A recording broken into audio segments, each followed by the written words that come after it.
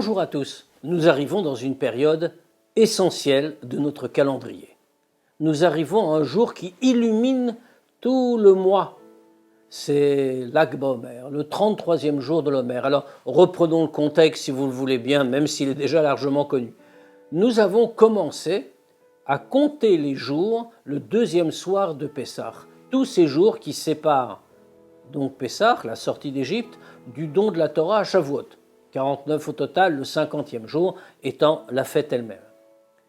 C'est une période qui, après Pessah et surtout pendant le mois de Iyar, le mois dans lequel nous sommes, semble un petit peu terne, il n'y a pas de fête, il n'y a pas de joie, etc., à cause de tout ce qui est arrivé pendant la période, c'est-à-dire, et nous allons en reparler justement, une épidémie qui, à l'époque romaine, décima la yeshiva d'un de nos grands sages, nos grands maîtres, Rabbi Akiba.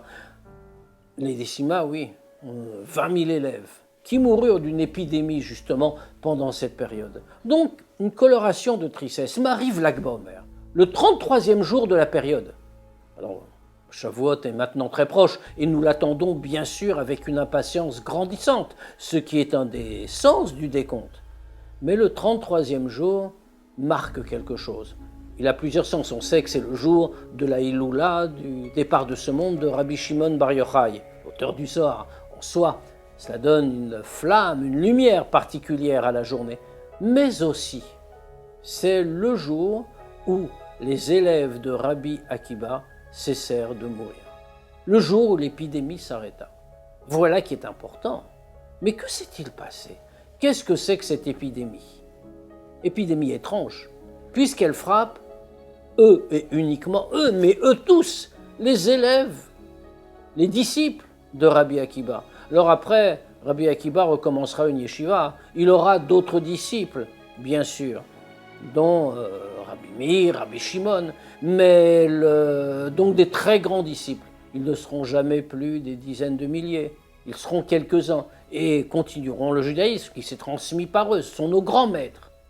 Mais comment est-il possible que les élèves de Rabbi Akiba meurent pendant cette période-là et que le 33e jour, voilà, ils peuvent enfin, ceux qui survivent, peuvent enfin respirer? C'est le cas de le dire. Eh bien, nous dit-on, nos commentateurs nous enseignent, Lo naagu kavod ze bazé. Les élèves de Rabbi Akiba ont eu un problème. Et c'est ce problème-là qui causa leur mort, cette terrible épidémie. Ils ne se manifestèrent pas de respect l'un envers l'autre. Et cela nous pose une question évidemment énorme. Mais comment? Nous parlons des élèves de Rabbi Akiba, c'est-à-dire des érudits, pas seulement des érudits, des sages, des tzadikim, des justes. Ils ont la qualité de disciples. Ce ne sont pas de simples élèves. Ce sont des disciples au plein sens du terme qui s'élèvent peu à peu au degré de leur maître, de Rabbi Akiba. Un des points fondamentaux de l'enseignement de Rabbi Akiba, qui est toujours présent dans notre conscience et dans notre tradition, Ve'afta l'eracha kamocha, ze klal gadol batorah. Rabbi Akiba dit, tu aimeras ton prochain comme toi-même, c'est un principe de base de la Torah. Autrement dit, l'amour du prochain est une clé. C'est l'essentiel. C'est la base même. Klal Gadol, principe de base. Ce sont les disciples de Rabbi Akiba. Cet enseignement qui forme le cœur de la pensée de leur maître. Mais il aurait dû être présent en eux, dans leur comportement quotidien, chaque seconde de leur vie. Et pourtant, voilà qu'ils n'avaient pas de respect suffisant l'un envers l'autre.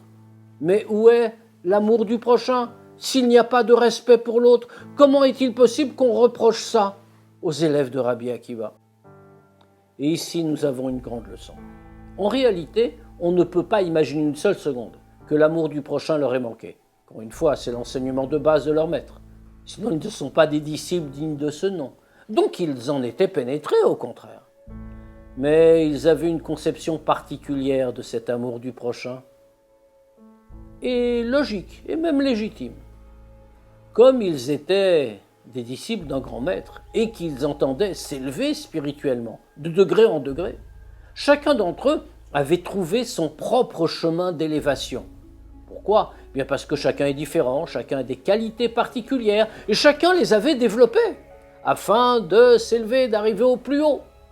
Et puis bien sûr, comme ils étaient différents des autres, de leurs amis qui les entouraient, des autres disciples, ils observaient que les autres, justement, n'avaient pas opté pour le même chemin qu'eux. Et donc, appliquant ce qu'ils pensaient, ils disaient « mais je vais aller leur dire, par amour du prochain, je vais aller voir mon ami et lui dire « tu te trompes, le chemin que tu choisis n'est pas le bon, regarde, moi je réussis à m'élever, suis mon chemin ». Et bien sûr, l'autre, qui était différent, pensait la même chose mais à l'envers, que son propre chemin était le meilleur et que celui de l'autre n'était pas satisfaisant. Et donc il refusait ce que lui disait son ami et lui proposait le sien. C'était au deuxième de refuser à son tour. Alors, ils avaient fini par se mépriser un peu, légèrement. Pourquoi? Parce qu'ils disaient, mais finalement, le service de Dieu ne l'intéresse pas, il refuse mon bon chemin. Et l'autre pensait évidemment de manière symétrique. Et c'est ainsi qu'observant l'un envers l'autre, que finalement chacun allait de lui-même et aucun n'acceptait ce que lui disait l'autre, ils ont fini par considérer qu'ils n'étaient pas aussi bien qu'ils paraissaient. Et ils les ont un peu méprisés. Et l'amour du prochain en a été touché. Alors Dieu, voyant cela, et qu'à leur niveau, c'était véritablement un problème, comment? Ils ne comprenaient pas, n'étaient pas capables de dépasser leurs différences pour regarder l'essence. C'est pour cela qu'ils sont morts pendant la période et qu'enfin cette épidémie se termina le 33e jour de l'Homère. Mais quelle leçon pour nous! Quand on regarde l'autre, sachons le regarder comme il est au plus profond. N'imaginons pas que nous avons toujours raison. L'autre a sa place. C'est parce que nous donnons sa place à l'autre que nous-mêmes nous en avons une et que nous faisons parvenir notre monde tout entier à son accomplissement. Au revoir à tous.